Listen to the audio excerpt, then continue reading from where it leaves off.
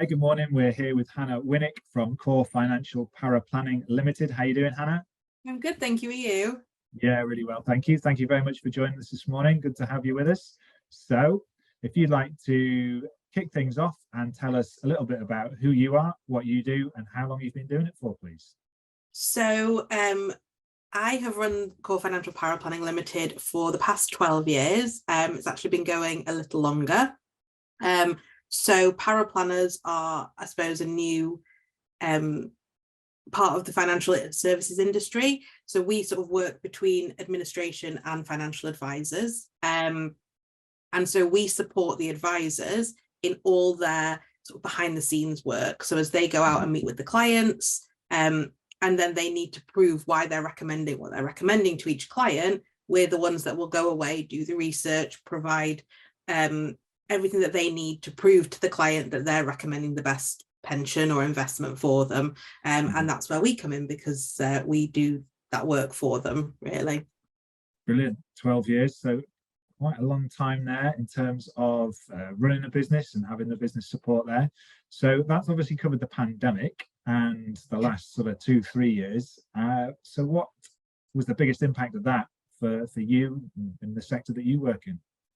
So at the beginning of the pandemic, it all seemed quite smooth sailing for us. We've always worked, everybody's always been home working. That was never an issue.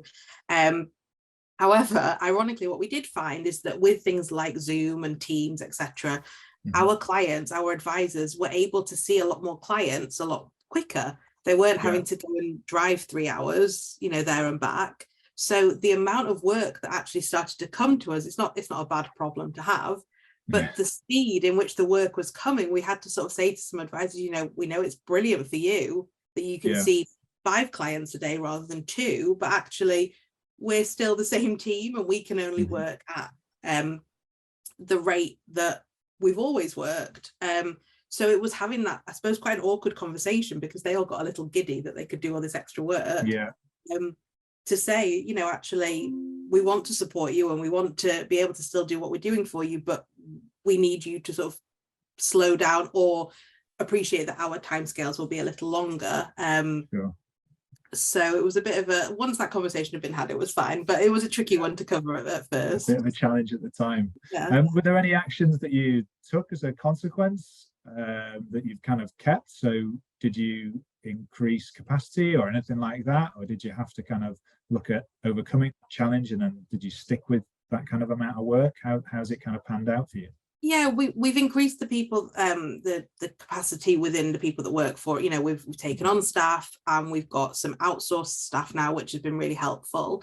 And that definitely, it wasn't something that we'd maybe thought about doing before the pandemic. It was, well, we'll grow, and as we grow, we'll take people on and we'll employ them. Whereas now we've had to look at, the work wasn't always there because of different points in the pandemic. Obviously, people were being seen or not being seen. So we decided to actually take on people on an outsourced basis. Meant that we could just sort of dip in and out as we wanted to work with them, which worked really, really well for us. And it's something that we have continued, and we've continued to offer to our advisors, that we do have this capacity. They're not full-time members of staff and they're not employed by us, but they are people that are part of our team. And it just means that we can, I suppose, increase the capacity that we have for our clients. And then obviously all the other things, Zoom and all the technological things that, we probably wouldn't have done an interview like this over video call, 3-4 years ago. So all these things that are just so ingrained now into what we all do. Landscape kind of has changed a bit when it comes to that technology side. It's speeded up a lot. Absolutely, do this kind of thing. So what does the future look like for you guys, and what do you see as the main challenges are going forward that you can kind of predict, really? So there's been a really, I think it's quite a lovely article recently published that says paraplanners now are sort of, they're a career in their own path. I think it used to be very much that if you wanted to be a financial advisor, you became a paraplanner and you took your exams and you work your way up and you're an advisor. And I heard that a lot at the beginning of my career, well, is this just you training to be an advisor? And I would always say, absolutely not. I can't think of anything I'd like to do less. It just doesn't appeal to me. I like this side of the job. And there's been an article published very recently that says paraplanning is now a career in its own right. And that for me is a really exciting prospect, because it's not just a stepping stone job anymore. It's become something a lot more. And I think because it hasn't had, I suppose, the exposure that it needed, people didn't quite know what paraplanners did. They'd never heard of them. People always hear of paralegals, and we always try and say, well, it's kind of like that, but for financial advisors. So that's quite a nice, I suppose, like outward look to the future. That an endorsement on your profession. Yeah, exactly. But it's just a lovely, you know, when I've been to seminars and conferences, we feel like there's a community now, rather than just the people that are wanting to get out of this part of the industry, which is really lovely. Challenges wise, I suppose, you know, you grow quite quickly, and that's always going to be, it's a bit chicken and egg. Do I need to employ more people, but have I got the work for them? But they're nice challenges to have. So we look forward to them. That's a good way of looking at them. And as you say, the best challenges are sort of the growth ones, and you're going in the right direction if you're doing that. So that's good. 100%. So moving on to yourself then, Hannah, as a business owner, and sharing a lesson, something that you've learned along the way that you'd say is your biggest learning you've had since being in business, if there's one that you can pick out as a highlight. I need to slow down.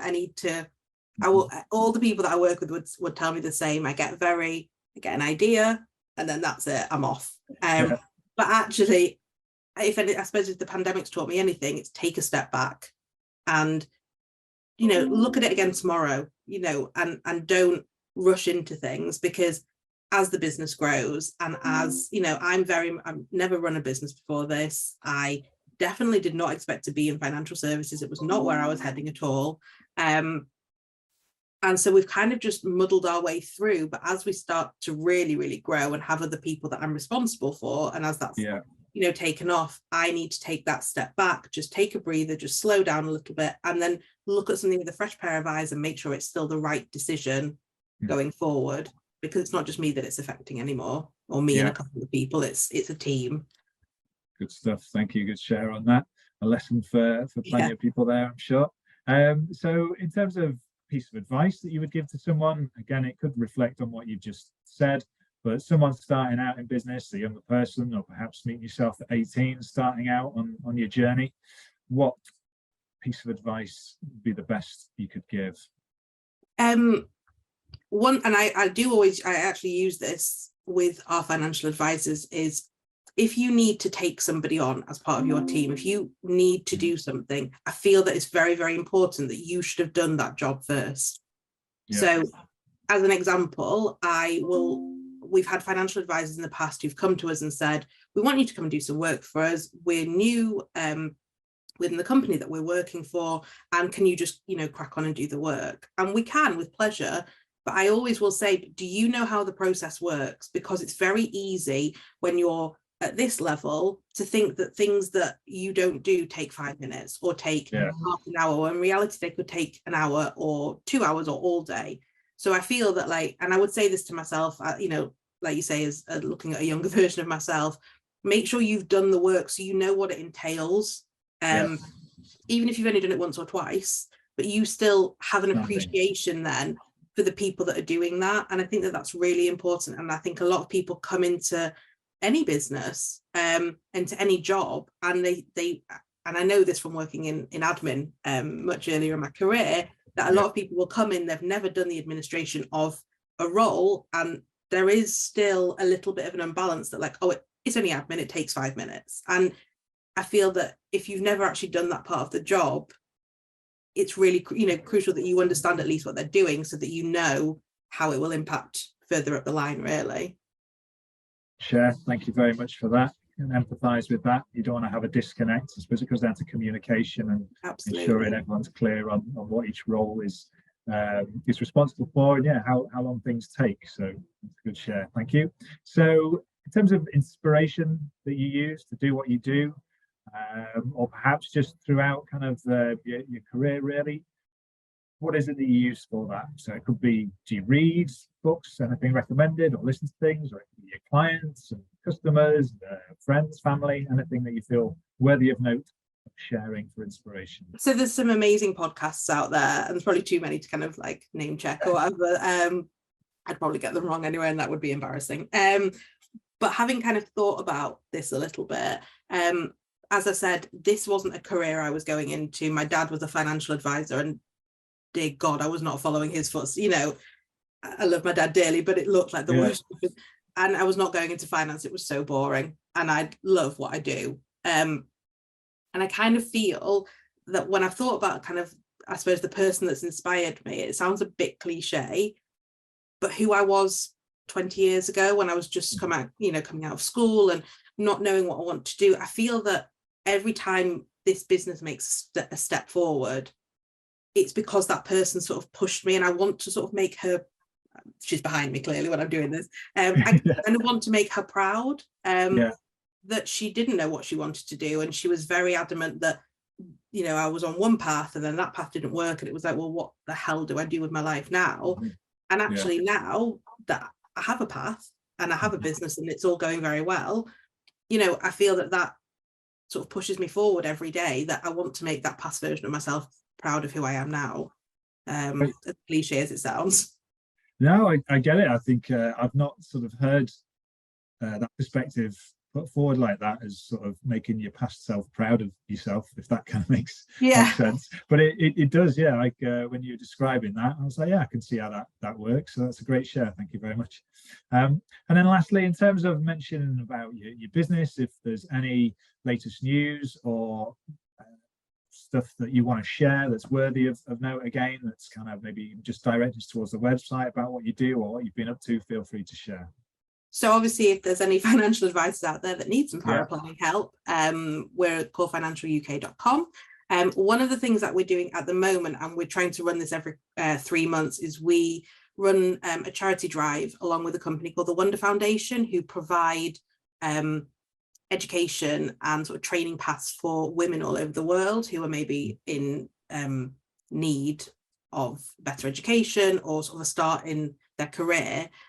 So for every case that we receive from a financial advisor through the months that we run it, we donate a certain amount of money to this charity.